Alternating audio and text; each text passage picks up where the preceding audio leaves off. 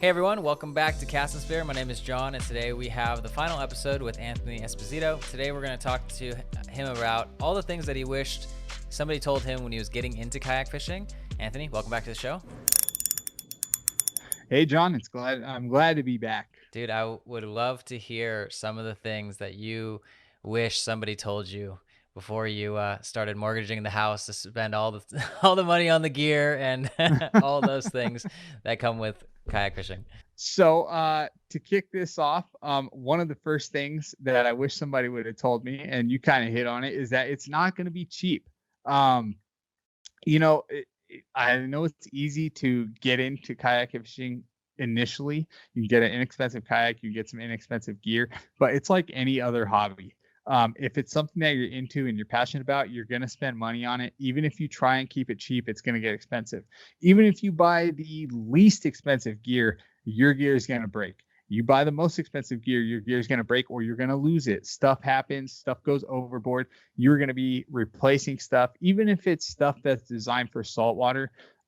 Designed for saltwater doesn't mean it's saltwater proof. I don't even know if saltwater proof is a thing that exists. Stuff just breaks down. Even if it's plastic, it has metal fasteners. If it has plastic fasteners, they get stripped out.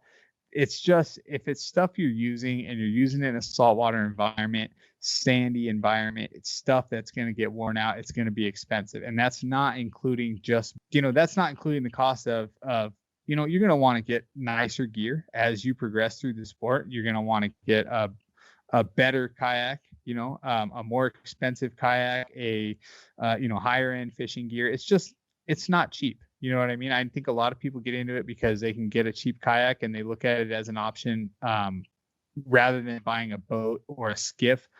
And at the end of the day, if just to look at it quickly, if you were to go out and buy a top of the line Hobie kayak, you're going to be spending probably close to $5,000. You're going to have some way to transport it. So there's a roof rack or a trailer involved. You're going to have all the gear that we went over in the previous episode, safety gear, fishing tools. All that stuff needs to be factored in. I mean, it's a pretty large investment. You can take it bit by bit. But at the end of the day, any way you slice it, it's a hobby that's going to cost you money. Yeah, absolutely, man. And then do you consider it a kayak a poor man's boat? How do you frame it? So let me say that I don't think it's a poor man's boat at all. I would say that it's more akin to the comparison between a bicycle and a car. You know what I mean? When you're in a car, which would be a boat in this analogy, you're using that car for the most part, outside of if you're a race car driver or something like that. For the most part, you're using that car as a method of transportation to get from point A to point B. And when you're in a boat, I think for the most part, if you're talking fishing related, that boat is a vessel that carries you from the land to your fishing grounds. When you're on a kayak, there's a bunch of other elements there. And I'm not saying that, there's not your car enthusiast, if you will, who enjoys driving, who just enjoys being on the boat. You know what I mean? But I think as far as a fishing vessel goes, the boat's better, but there are some things that you get from a kayak that you will not get on a boat. There's a huge aspect of just going out and paddling around. As we mentioned previously, that's not my vibe, but I know a lot of people do it. I mean, kayaking is a huge sport, even outside of the fishing industry, and that's because of the fitness, just being on the water, being so close to the water. When you experience a pod of dolphins literally 10 feet away from your kayak and you're almost eye level with them as they're coming out of the water, that's a whole nother level of enjoying your wildlife as it is from looking down on them from a bow. You know what I mean? When you see a whale come up and he's 30 yards away and it sends a big enough wake that it's rocking you around in the kayak and you're looking at it and it's looking at you wondering what you are and vice versa, that's something that you don't get on a boat and you're by yourself. You know what I mean? It's just a whole different experience. And like I said, the fitness aspect of it is huge. I know that on the days I go kayaking, I don't work out, and I usually don't work out the next day because I'm wiped out from my trip. I'm out, I'm paddling around all day, and I'm sore, I'm tired. You get a good workout. It's fitness, it's being in nature. You know, like I said, it's the best way I can compare it, as I mentioned, is it's like being on a bicycle versus being on a car. It's just two completely different methods of being on the water. What about when it comes to like longevity of gear? Do you have like a routine? Like you just always rinse things down thoroughly with fresh water and then just let it air dry, but don't leave it in the sun? Do you have kind of like a quick guide to keeping your gear to last longer? Yeah, so generally what I do is as soon as I get home, I'll be out on the water, my gear, I'll put it in the back of the truck. I don't like it inside the gear. I don't like sand inside the car or anything like that. I put it in the bed of the truck.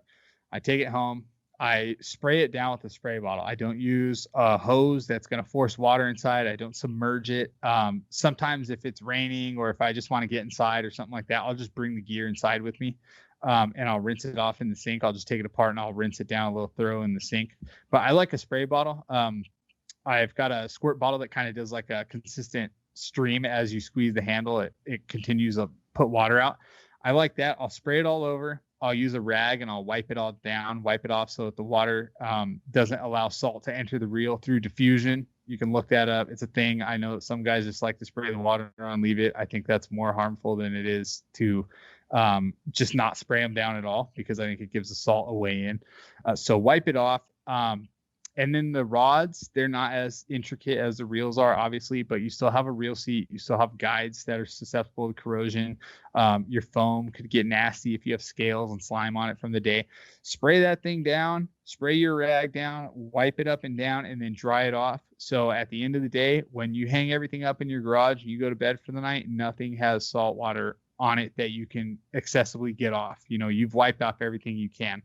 And then as far as long-term goes, I do service my reels. I generally service them myself. I'll admit that I don't do a full-on rebuild on all of them. If I take them apart and they don't look like they're that beat up, or they're a reel that I've only used once or twice that season, I'll just put a little bit of grease in it. You know, I'll wipe off anything I see that's suspect. But typically, if you haven't used them much, they're not in that bad of shape. I'll just put new oil where it needs it, new grease where it needs it. I'll put them back together, make sure the seals are lubricated. If you've got O-rings or a gasket in there, make sure that's got some lube on it so it doesn't dry out. Check that there's no corrosion buildup around the heads of your screws, stuff like that.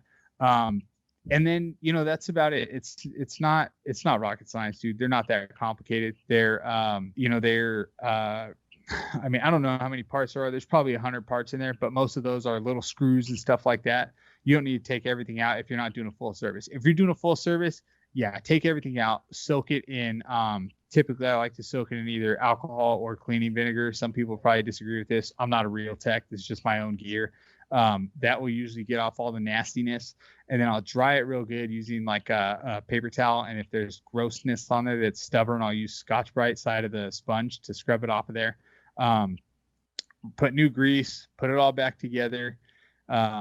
Lubricate any of the seals.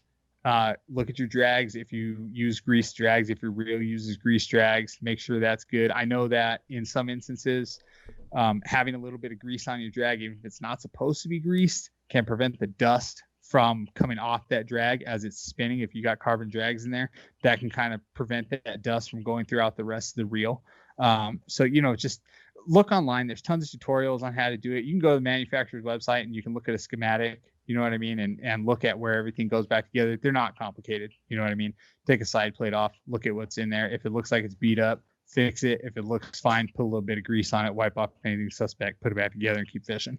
Thanks for spending the week with us. Really do appreciate you just sharing your knowledge freely, man. Really do appreciate it. Yeah, absolutely. I'm glad to be here. And thank you for having me on. Dude, how can people find you? So you can reach out to me on Instagram at blackflag_fishing. I'm super accessible through there. Shoot me a DM. My account's not private or anything like that. If you have any questions, if you just want to reach out, if you want to go fishing, whatever, just hit me up. We'll get out there. You know, I'm like I said, I think I've told you this before in a previous episode.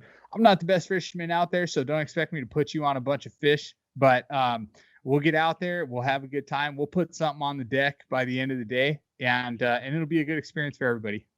Thanks, Anthony. Tight lines, everyone, and we'll see you on the next episode. Hey, one more thing before you go. Do you like this podcast? Well, we're trying to keep it ad-free as much as possible. And to do that, we just ask if you could support us. That'd be amazing. Just head over to shop.castinspirit.com or consider contributing to our Patreon page. Thanks so much in advance. See you on the next one. Bye.